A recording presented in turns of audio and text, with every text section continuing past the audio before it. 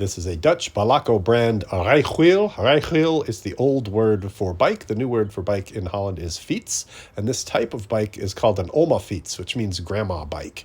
And they still make this style today. This one came over from Holland with my mom, and she rode it 8.5 miles to school and 8.5 miles back every day against the wind both ways in the snow. But she survived, and it made her stronger, and she brought it to America when she moved here. So an Omafiets grandma bike. It has a low step-over frame. It's got big wheels. You can see this one has an electrical generator. There's a lot of pieces missing from this particular rijwiel. There's a close-up look at the weld quality.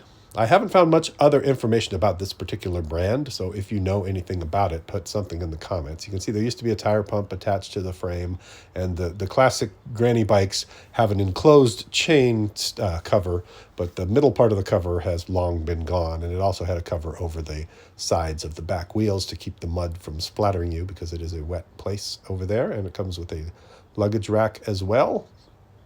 Good, simple bike. We put it on the scale, and it weighs 39 pounds. There's another Balako emblem. I've only found one other Balako bike on the internet while looking around, so not the most popular brand in Holland, but very classic. And I guess you could say, if you could only have one bike your whole life, what would it be? My mom said this one. She rode us around on it when we were little kids, one kid on the back, one kid on the front. You can see the maximum security lock there on the back to keep thieves from taking your bike. I didn't want to demonstrate it in the video because I'm afraid it might lock shut and never open again, but it's there if we need it. And it has these narrow tiller style handlebars, and they are super tall, so you can ride it sitting up straight. That's one of the signatures of this style of grandma bike, is you're sitting straight up in the wind while you're riding it.